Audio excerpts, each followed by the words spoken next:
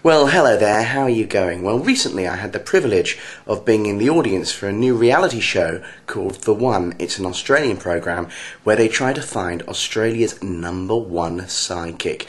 Let's take a look at the opening of the programme. So where do you sit on the psychic fence? You see, for some, this is the show that had to be made, proof that it's all real. Others may never be convinced. Either way, this is the search for Australia's most gifted psychic. Welcome to The One. Once again this week, we're joined by two people, a true believer and a confirmed skeptic. Now, Richard Saunders is from Australian Skeptics. It's a body dedicated to exploding myths, exposing fakes, and generally ruining everybody's fun. G'day, Richard. Now, that was host Andrew Daddo introducing Richard Saunders, the resident skeptic. As the host, I assume that Andrew Daddo is supposed to be unbiased and impartial. But, however, notice he spreads and encourages a common misconception that skeptics want to spoil people's fun. Nothing could be further from the truth. A true skeptic is not a cynic. A true skeptic is somebody who searches for the truth and tests out theories and ideas. How are you tonight? I don't try to ruin people's fun, but you remember, without skepticism, we're not going to go anywhere because we'll just get carried away on imagination and false trails. So a little skepticism is a good thing. To his credit, Richard Saunders is allowed to defend himself and explain why skepticism is so important. What a wonderful world that could be, and representing that world, the open-minded, or the supernaturally inclined, if you prefer, is author and teacher of metaphysics, Stacey DeMarco. G'day, Stacey. Once again, we have a common misconception and stereotype. The skeptic is somebody who wants to spoil people's fun, and the believer, or in this case Stacey DeMarco, the witch, is the one who is open-minded. What a great start to a show. Just before we carry on, I ought to let you know it took 10 hours to record 45 minutes of airtime, and what you will see is only excerpts of what was actually shown. And of course what was shown was heavily edited. And it's quite interesting because the programme, as I will show you, there are in many ways many more misses than hits, but the impression from what is actually edited and shown is that there were more hits than misses. Have a look at the first part of the show where an object is placed on a table by a member of the audience, and one of the psychics, there are 7 psychics, so-called psychics, have to pick up the object and guess who it belongs to after talking about the person. Have a look. It's a silver ring with a blue square stone. Can that person please stand up? Right.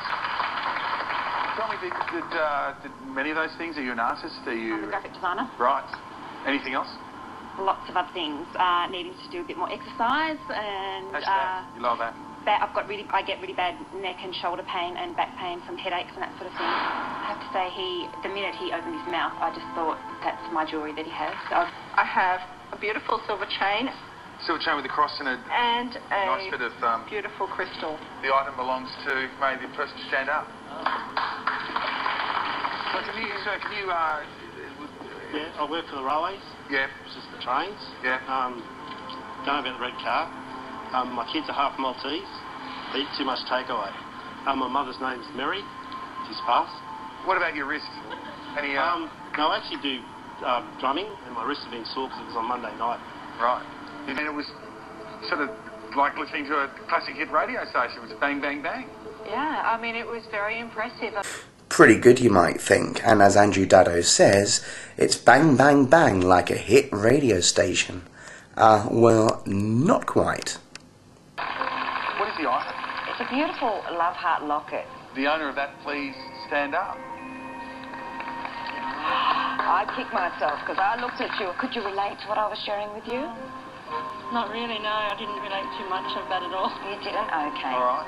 I actually thought Raylene had my piece of jewellery. I had just had a feeling, but when she started reading, she was at the opposite side of the stage, and all the things she was saying didn't sort of relate to me. In fact, by the time she'd finished reading, I thought she mustn't have had my piece of jewellery. This person's reached the point in their life where they're going, what's the point? You know, what now? Is there a point? And the message that I have for this person is that they're really and truly is a point that this person is a gifted healer, if they don't already know it, they should be pursuing that field themselves. This is your time. They can do so much. What have you got in your hand? Gentleman's comb. With the owner of the comb, please stand up. Right. Very interesting. So I was actually talking to you. I was standing here talking to you. I should have gone with that. You were looking at me as I you were was, talking. sir. weren't you? But for me, I didn't feel the reading really referred to my life as such. Yeah. Okay? In some ways, I've become more sceptical. The only thing I do wonder about is, of course, recognising people from the audience with the objects, identifying them. I do find that quite amazing. And what about my own reading? I was the one who owned the comb. Very generalised. What does healing hands mean? What does a healer mean? Does it mean somebody who, by holding somebody, helps them feel better if they're miserable? Or does it mean somebody who can cure cancer? Really, it means everything and means nothing. Very generalised, so generalised, in fact, it's bland.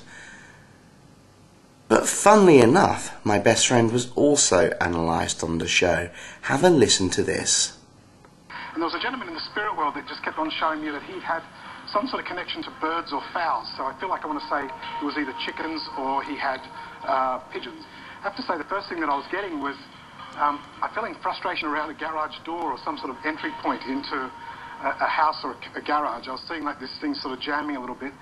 I'm also seeing a connection to a little bit of a celebration around this person. They're also talking to me about a little bit of animosity that actually happened there. So a couple of people that were not quite getting on, and this makes it a little bit difficult to get people together. Oh, I also just want to warn you a little bit about the wheels of the tyres around your car as well too. So they need a little bit of attention. So car tyres need attention, garage door needs attention. I'm here to help. Ezio at your service. Do you want to have a try and at a person? I felt like I was over in this direction, I have to say. Male or female, the item? I felt that it was to do with female. Okay. I thought it was a female connection, but I'm not 100% sure. Okay, what have you got? I have a set of car keys that have a little Duvalaki on it. A blue keychain, and it belongs to that lady there. Not a lady. Yes, a female. I think he's told me most things. But I think I do know that. Don't even ask. Car keys? Actually, they're house keys. Pigeons, chickens? No, his dad hunted pheasants. In the next task, they had to find explosives in shipping containers. The results were pretty predictable. My selection. This is my selection, this container just here.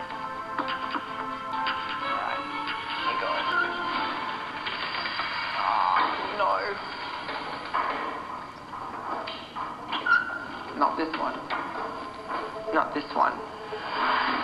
Now in the following tasks, objects, i.e. medals, were placed in bags belonging to some of Australia's Olympians. Now our 7 psychics had to guess what that person did for a sport and tell us a bit of information about them. Have a look. Okay, I'm getting arms moving, lots of arms moving. They see that this was an opportunity through doing the Olympics to help people, they use their fame for good reasons. Before I came actually onto the stage, she said that she saw arms going round really fast. I've never been to a psychic before, so it was very weird. Okay, did you have a wisdom tooth problem, top row, both sides? I've had my wisdom teeth taken out, yes. Both top? Yes. You do give a lot.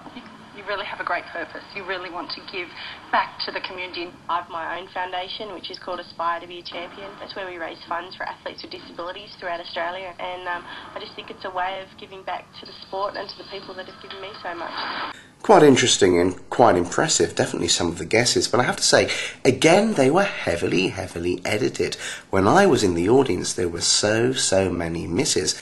Okay, so what do I think of episode 2 of The One? Well, I have to say the concept of the show is a pretty good one in many ways. You've got Australian Idol, you've got the X Factor, so why shouldn't we have a show that finds Australia's #1 psychic?